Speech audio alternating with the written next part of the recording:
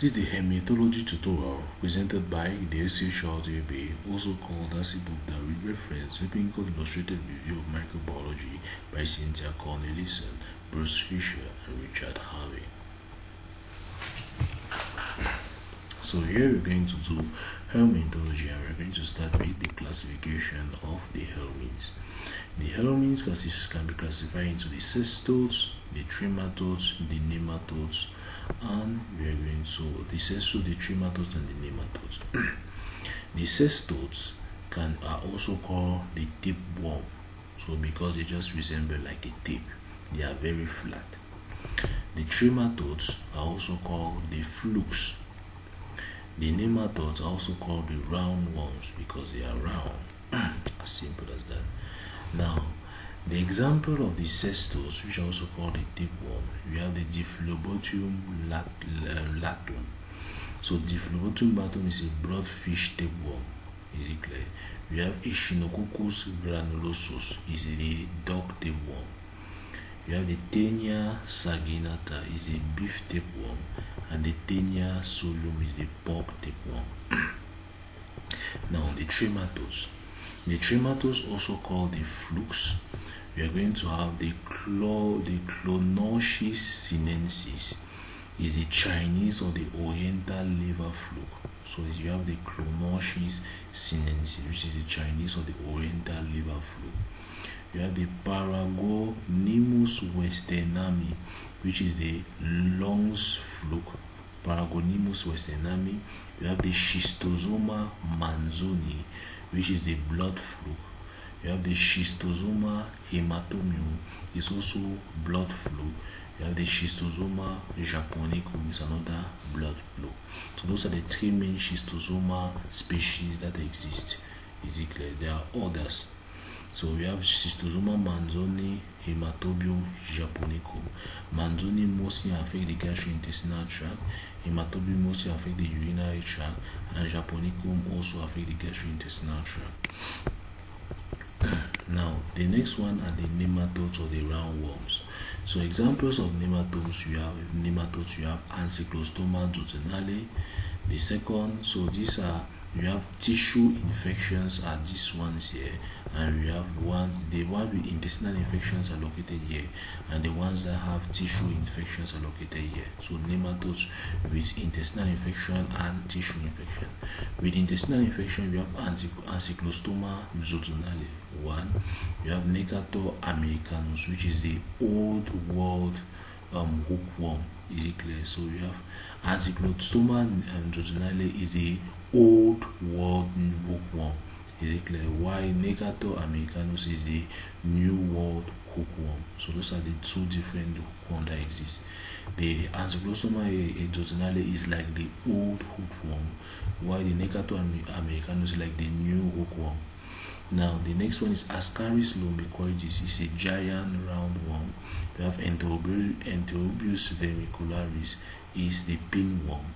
We have the Strongyloides stercularis, is the threadworm. The Trichinella spiralis, they have the Trichuris trichoria, which is the ripworm.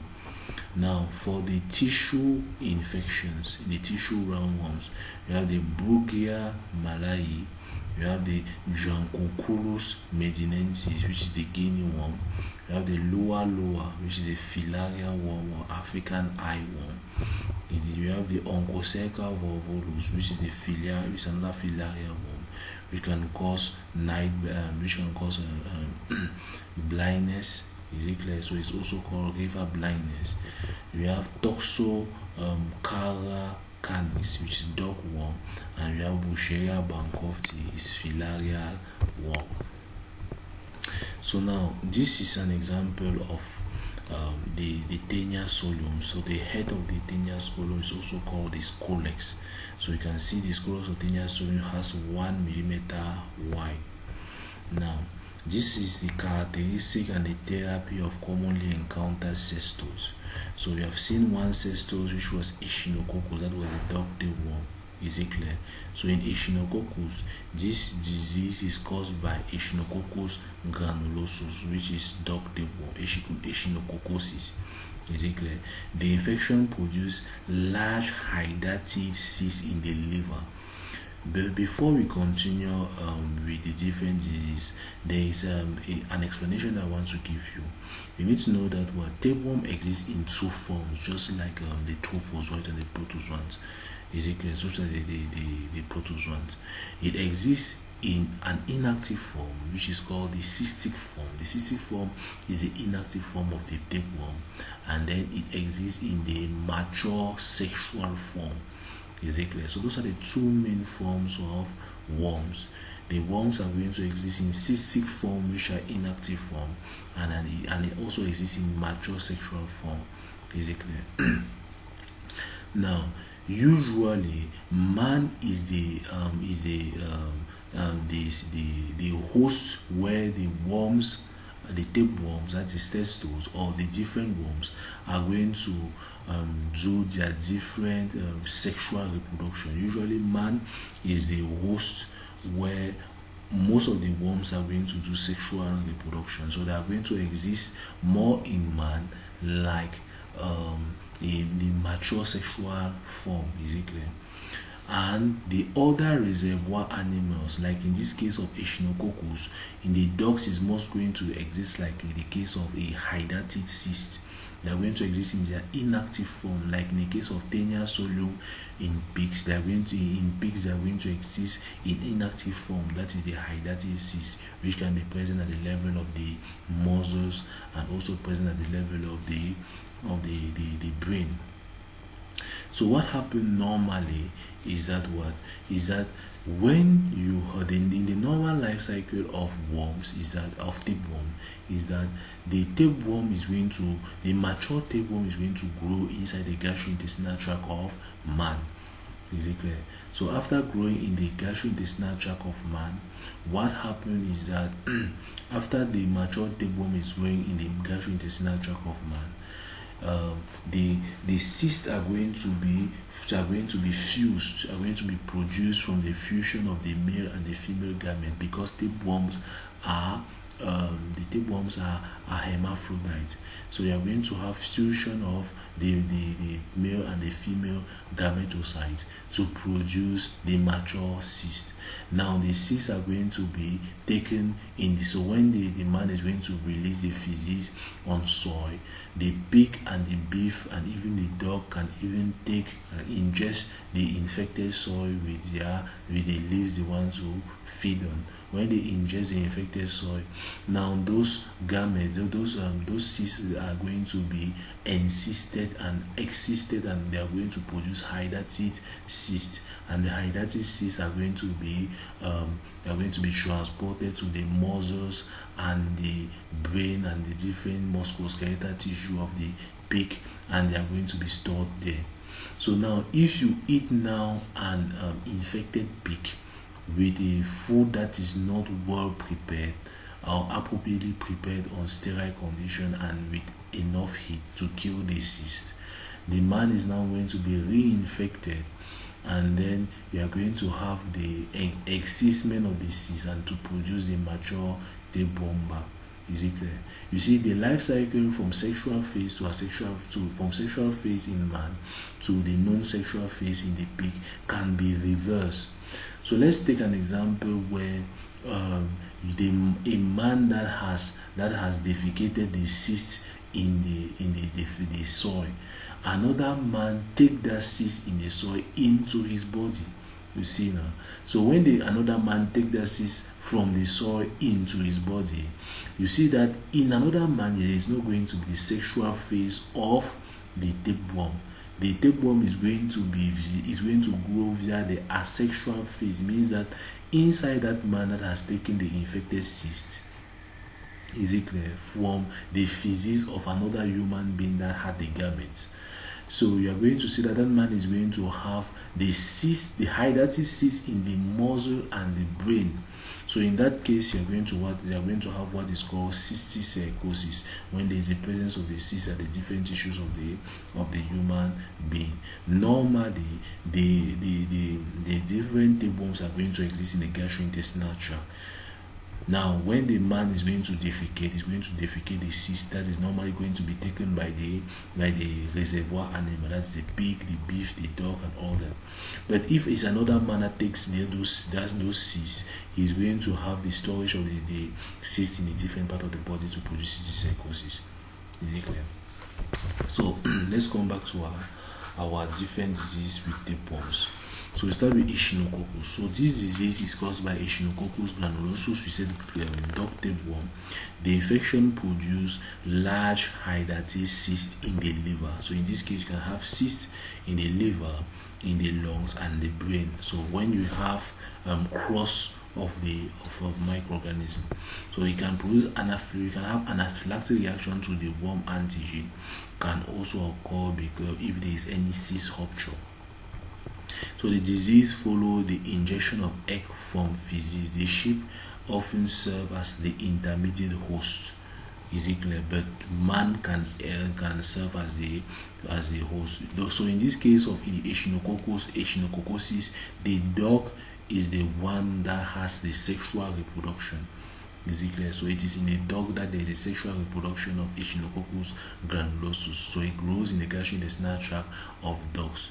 But now when man feeds on it, you are now going to have the asexual reproduction in man, and you are going to have the formation of hydatid cysts, which are going to be stored at the level of the liver, the lungs, and the brain. And if there is a rupture of those cysts, you can have an anaphylactic reaction. Is it clear? Normally, the normal reservoir of those asexual phase of the cyst should be the sheep, but man can be cross-matched. I'm sorry for that.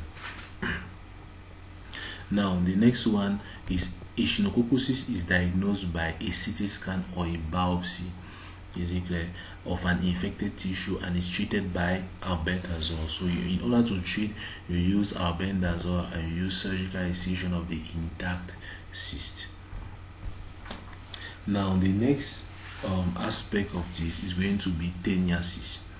So you need to know that teniasis is going to be this form of disease is caused by the adult. So you have teniasis. So this form of disease is caused by the adult Taenia solum, that is the pork tapeworm. So intestine are the primary site of infection, because in man you are going to have the sexual phase. Is it clear? So most of these diseases, however, are asymptomatic, since it is only feeding on part of the food. The only symptom that the patient may have is that the patient is going to have weight loss. The patient is going to eat excessively, but he has weight loss. Is it clear? So the disease is transmitted by injection of larvae in undercooked pork. Teniasis is diagnosed by the detection of the proglotid. So if you detect the proglotid at the level of the stools, and it's going to be treated by niclosamide. So you diagnose teniasis by detection of proglotid at in the feces. You are treating it with niclosamide. Now the next one is seal teniasis. So another teniasis can be Taenia saginata, which is the beef tapeworm. Is it clear? So the disease is primarily going to infect the intestine cell of man and does not produce cystic psychosis. Is it clear? So the teniasis, which is due to Taenia saginata, never produces cystic psychosis. So there is no cross match between the sheep and the man, but there is a cross match between the pig and man. Is it clear? So there is never going to be any cystic psychosis with Taenia saginata. There is only cystic psychosis with Taenia solum. So most infected individuals are also asymptomatic. The disease is transmitted by larvae in undercooked or raw beef. Is it clear? So the larvae now in undercooked food, comes from the cysts that were present at the level of the sheep. Now, teniasis is diagnosed by the detection of proglottids in the stools. Is it clearly treated with niclosamide? Now, for cystic psychosis is caused by Taenia solum. You can have also echinococcus, but it's also having cyst. Is it clear? So another form of cyst also still can be due to Echinococcus granulosus, but most of cystic psychosis is due to Taenia solum. So cystic psychosis is in the brain. It causes seizure, headache, vomiting, and in the eyes. So the disease follow injection of eggs from the human feces. Is it clear? So if you take now eggs directly from the human feces, you can have cystic psychosis. But if you eat a meal of infected pig, is it clear? If pigs that have been infected with hepatitis 6, you're instead going to have teniasis and not cystic psychosis. Is it clear? So the disease follows the injection of egg from human feces. Cystic psychosis is diagnosed by a CT or an MRI or a biopsy and is treated by praziquantel, albendazole, and a surgery to remove the intact cyst. Is it clear? Now the last one is going to be Diphyllobotriasis. So Diphyllobotriasis is going to be caused by Diphyllobotrium latum, which is a fish tapeworm. The adult worm grows in the host intestine and can go up to 15 meters. It's very long. Is it clear?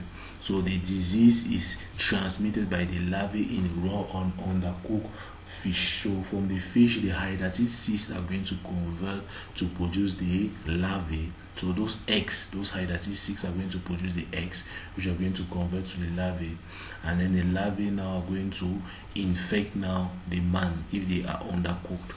So the Diphyllobotriasis is diagnosed by the detection of characteristic egg in stools, that is the proglottids. Those eggs are just the proglottids, characteristic egg in stool, and is treated with niclosamide.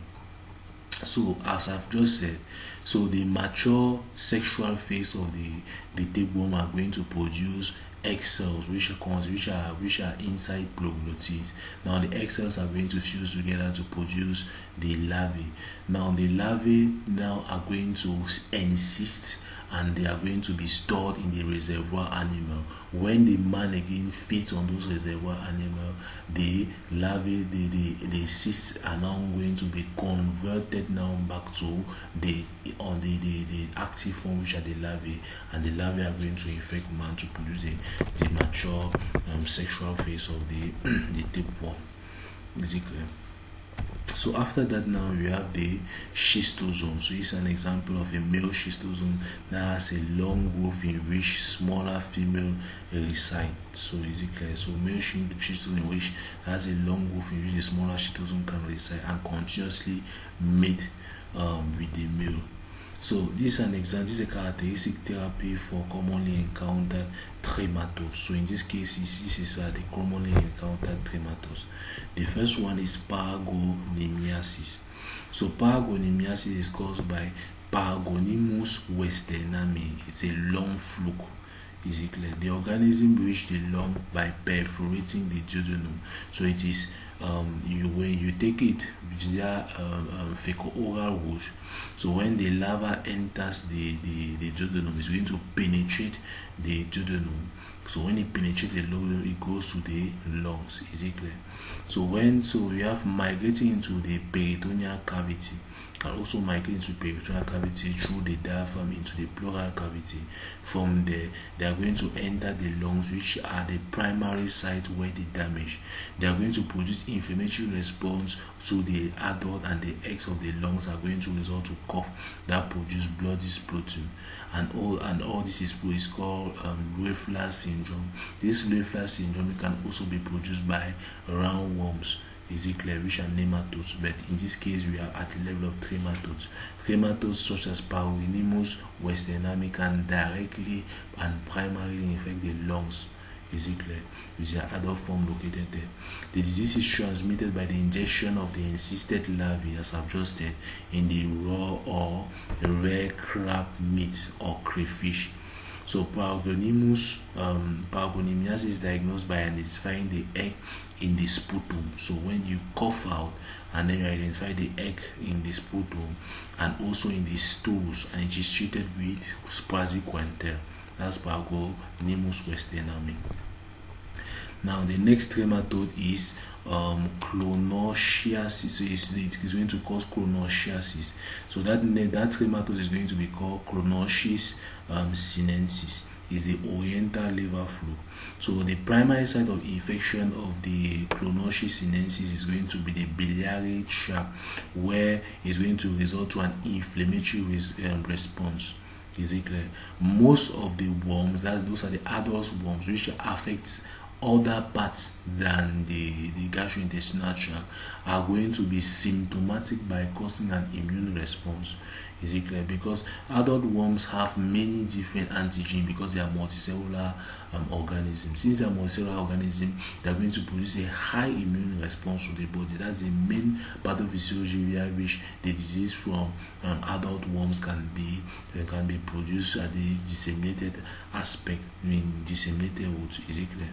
So it's going to cause you have inflammatory response and fibrosis and hyperplasia going to result.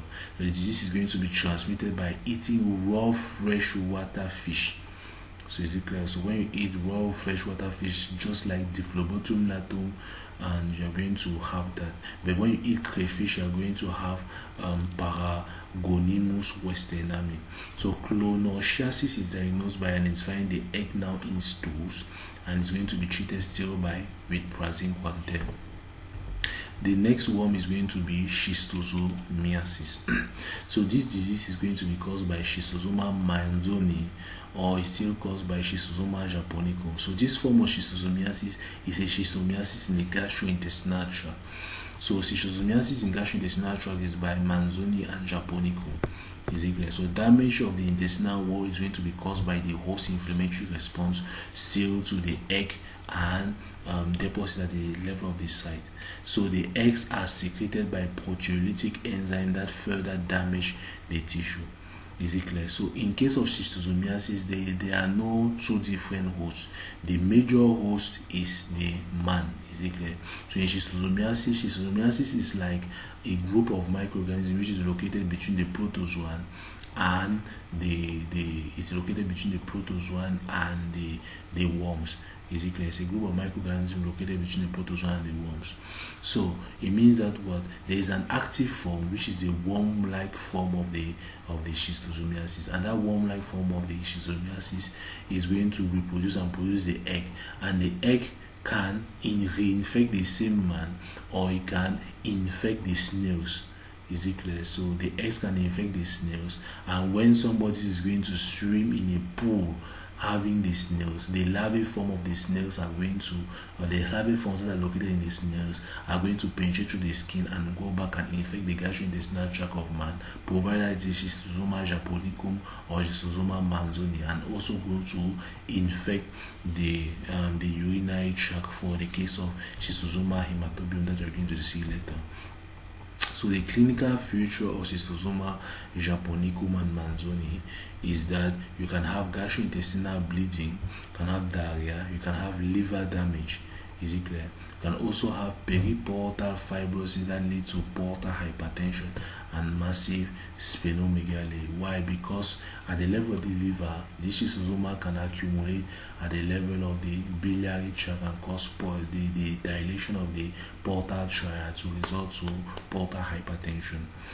Now, you can have a disease also because of the skin penetration. Don't forget that in the life cycle, you have the perforation of the larvae via the skin, so you can have skin diseases from skin penetration. So this form of schistosomiasis is diagnosed by identification of a characteristic egg in stools and is being treated by praziquantel. Now, the next schistosoma is the schistosomiasis that affects the urinary tract. This one that affects the urinary tract is Schistosoma hematobium. So the primary site of infection is urinary bladder, where the organism egg can be induced. So you can see fibrosis, granuloma, and hematuria. So the disease is transmitted via direct skin penetration still. And this form of schistosoma is diagnosed by seeing characteristic egg in urine and is treated with still praziquantel. So let's go to the next. So we have, this is the coiled larva of Trichinella spiralis inside skeletal muscles. So the next microorganisms class that we're going to, worm class that we're going to see are the nematodes. Is it clear? So inside the nematodes we have onchocerciasis, which is also called river blindness. So onchocerciasis is caused by onchocercal volvulus, and it is characterized by subcutaneous nodules, pruritic skin rash, ocular lesion, often causing blindness. Is it clear? So with Onchocerca volvulus and like other filaria worm, there are three main filaria worm. You have lower, you have Onchocerca volvulus, and you have Wuchereria bancrofti. Is it clear? All of them are being transmitted by flies.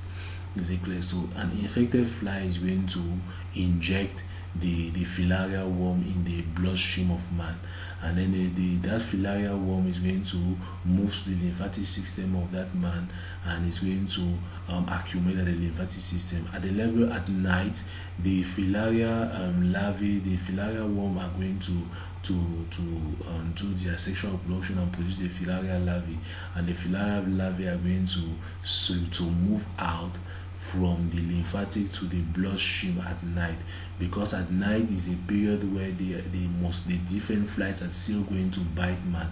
Is it clear? So when you are at the level of the night, you are going to have much larvae inside the bloodstream of man.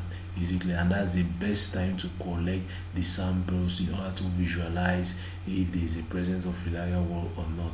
Is it clear?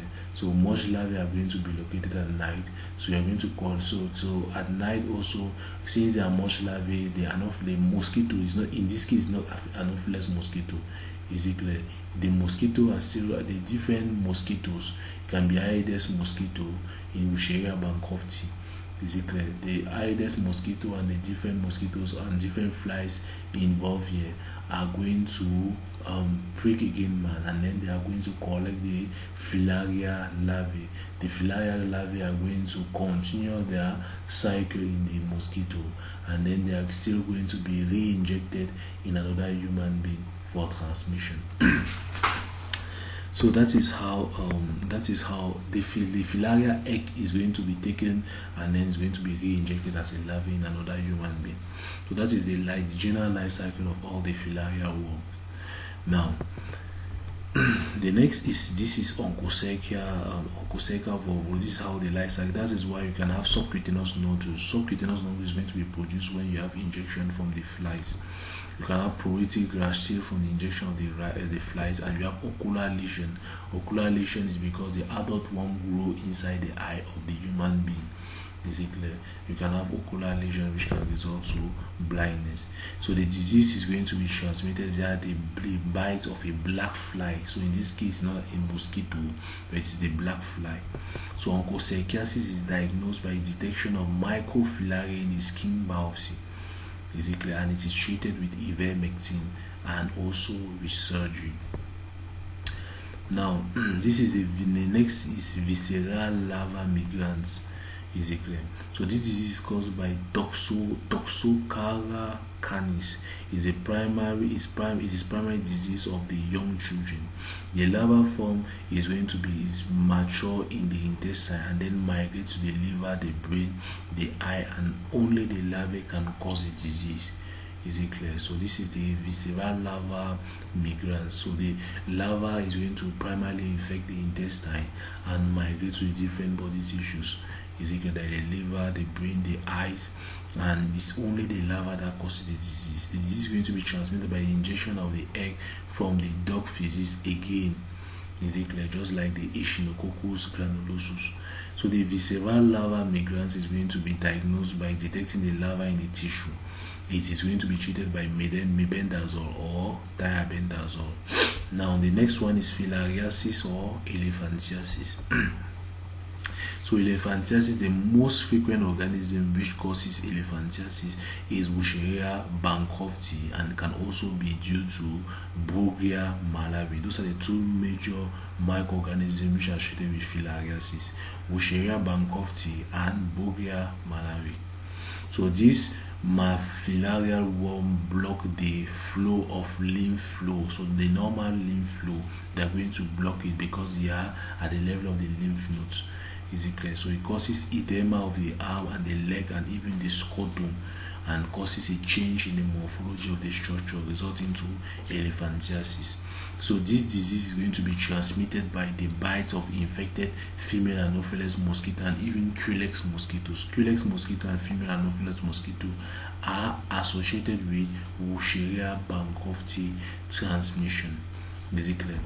So The filaria is going to be diagnosed by detection of microfilari in blood. So if you detect microfilari in blood and it's treated with a combination of diethyl carbamazepine and even albendazole. The next disease is going to be loasis, and the loasis is caused by loa. Still here you are going to have larvae that are going to crawl through the skin because they are transmitted by flies. Is it clear? So they are going to leave the characteristic track on the skin. So they can enter the eye now because the adult worm, and here you see, you need to know that the adult worm are going to be visible at the level of the eyes in lower. So that's the difference between lower and onchocercal volvulus. In onchocercal volvulus, the adult worm are not visible in the eye. The adult worm move to the eye, but they are going to be killed, and it is the immune reaction when the adult worm are killed at the level of the eye that causes blindness. Is it clear? But what causes blindness in lower is actually the adult worm. Usually, onchocercal volvulus is the one that causes more blindness compared to lower eye, because onchocercal volvulus causes more immune response in the eye than the lower. Is it clear? So they can enter the eye where you can see adult worms which are visible in the subconjunctival space. This can be transmitted from deer flies. So here the flies which are involved here are deer flies, and there is no animal reservoir. It is only the human which is the definitive host. Is it clear? So there is no reservoir. Loasis is diagnosed by detection of microfilarity in blood, and is also treated by diethyl carbamazepine. Now the next one is Jacuncoliasis. Jacuncoliasis is caused by Jacobus Magnesis. So the adult worm is still going to cause skin inflammation, still because it's going to be transmitted via flies. So the adult female, the female can be long as 100 centimeters, and the males are much smaller. So the disease is going to be transmitted. So for Jacuncoliasis, you need to know that they are located inside the skin. That the level of the skin, they can be in the blood vessels and even the lymph nodes. The female worms are very long, and in order to treat the Jacuncoliasis, you need to remove the female worm by the use of a stick. You can use a stick. You turn the worm on the stick in order to remove completely the female worm, because they are very long and they are the one that are always laying the eggs underneath the skin for transmission to other individuals. So you need to remove those female worms. Is it clear? So the disease is transmitted by drinking water contaminated with the intermediate host cephalopods in the larva lives. Is it clear? So I'm sorry on the fact that I said that they are transmitted by flies. In this case, Jacobus Magnesis, which are very long and living underneath the skin, are more transmitted via fecal-oral routes. Is it clear? And with the intermediate host, with the fecal-oral routes from the infection of that water source with intermediate host source called cephalopods.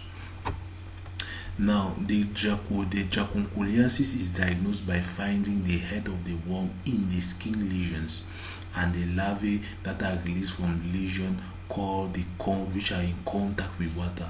So the larvae are going to be released immediately. Somebody is going to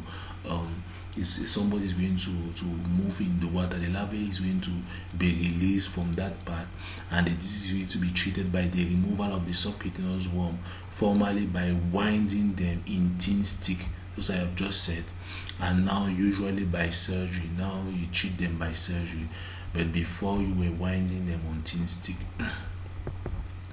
Now the next worm is going to be trichinosis. So this is a disease caused by Trichinella spiralis, an intestinal nematode that exists in the tissue and the human porcine host. The disease is transmitted by eating an encysted larvae and in undercooked pots. So now what happens is that in trichinosis is diagnosed by locating encysted larvae. So you see that trichinosis is more like a cystic psychosis. Is it clear? So it's more like a cystic psychosis because cyst is going to be produced at the level of the liver. Is it clear? So diagnosed by larvae in the muscle biopsy, even the muscles. Is it clear? So in muscle biopsy, in its early stage, the disease is treated by diabenders, or no treatment is available for the late stage. Allergic manifestations are treated symptomatically and not with anti-helminthic drugs. So we still continue with the other parts of nematodes. So other nematodes, these other nematodes are now gastrointestinal nematodes. The first one that we have just seen were tissue nematodes. Now these are intestinal nematodes. So for the general life cycle of intestinal nematodes, is that the intestinal nematodes are they are more of fecal-oral. Is it clear? So they are transmitted when an infected water source or an infected food source is being ingested. Is it clear? And the general life cycle is that when they are ingested, the egg are going to produce the larvae form. Is it clear? And then the larvae are going to migrate from the intestine. They are going to pass into the bloodstream. In the bloodstream, they are going to move into the lungs. In the lungs, they can cause a reflux syndrome because of immune reaction to the larvae in the lungs, and or the lungs can pass up into the bronchus and can be coughed up into the sputum, and or they are going to be re-ingested. So when the larvae now are re-ingested, they are now going to produce the adult worm in the gastrointestinal tract. Generally, that is how the intestinal worms are going to, the intestinal nematodes are going to have its life cycle. Other intestinal nematodes do not pass through the bloodstream and into the lungs to produce their adult worm. They directly move from the oral cavity, enter into the gastrointestinal tract, and inside the small intestine they are going to immediately produce their adult worm. Example of those worms that do not pass through the gastrointestinal tract to produce that do not pass through the bloodstream and into the lungs to produce their adult worm form is in the case of Enterobius vermicularis. Is it clear? And also in the case of whipworm Trichuriasis. But in the case of Ascaris, in the case of hookworm, we have to move through the lungs in order to become adult worm. The hookworm is going to penetrate via the skin. Is it clear? It does not pass. It's not transmitted via fecal-oral route. This one is transmitted via the skin. Is it clear? So that's the general life cycle. So let's see now the pathologies of each of them. So let's start with enterobiasis, that's pinworm. So this is a disease caused by Enterobius vermicularis. So it's the most common helminthic infection in United States. So Enterobius vermicularis is more common in United States. It's the most common helminthic infestation in United States. So pruritus ani is going to occur. Why? There is pruritus ani in Enterobius vermicularis because the adult female worm are going to lay their eggs at the level of the anus. Is it clear? And the anus are highly irritating. Is it clear? So since the eggs are highly irritating at the level of the anus, so what happens is that the eggs are going to irritate the anus. So that's why these children that have Enterobius vermicularis usually like scratching their anus, and when they scratch their anus, they can be auto-infected. Is it clear? Auto-infection occur when they scratch their anus and then they lick the fingers with which they have scratched their anus. Is it clear? So when they lick the fingers to which they have scratched their anus, the egg are going to be transmitted back into the oral cavity, and they are going to auto-infect the same individual. Is it clear? They can also be what is called retro-infection. Retro-infection occur when the eggs at the level of the anus can fuse to produce the larvae, and the larvae go back up into the gastrointestinal tract and reinfect the same individual. That's why Enterobius vermicularis is highly difficult to eradicate. Is it clear? So strictly good hygiene condition has to be done in order to completely eradicate this worm. So the disease is transmitted by injection of the organism egg, from the human host. So you have pinworm disease is diagnosed by identifying the egg present around the perianal region. So here you have to do a skin swab. Is it clear? So you have to identify the egg around the perianal region, and then to treat it you use mebendazole and pyrantel palmoid. Now the next disease is Ascariasis.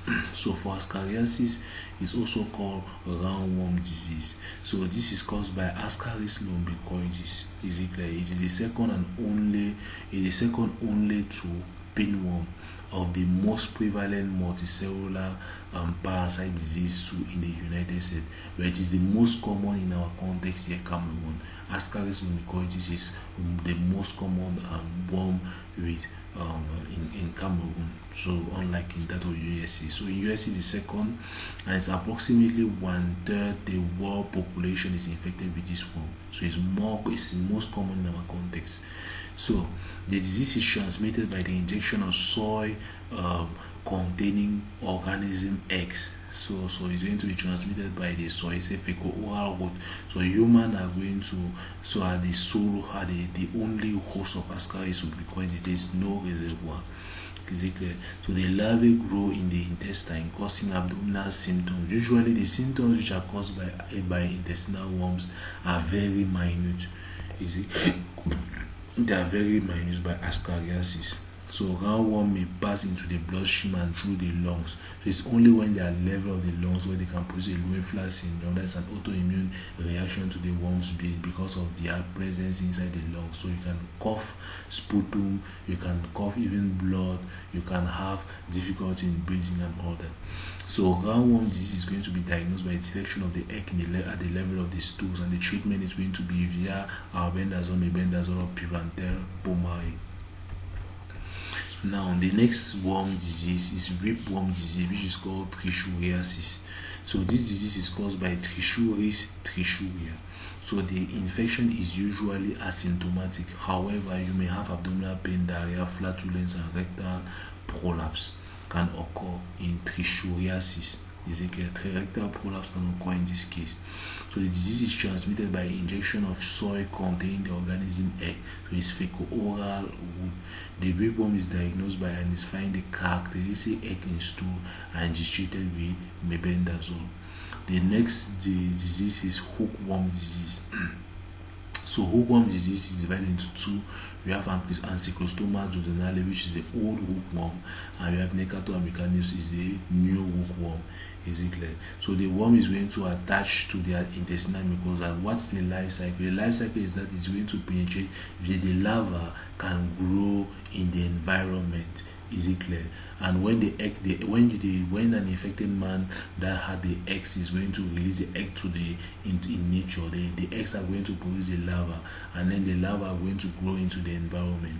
Now, when somebody who now walks with bare foot in a place where there is larva, the larva can penetrate through the skin and then enter in the skin into the gastrointestinal tract, and inside the gastrointestinal tract now is now going to grow into the adult worm. Is it clear?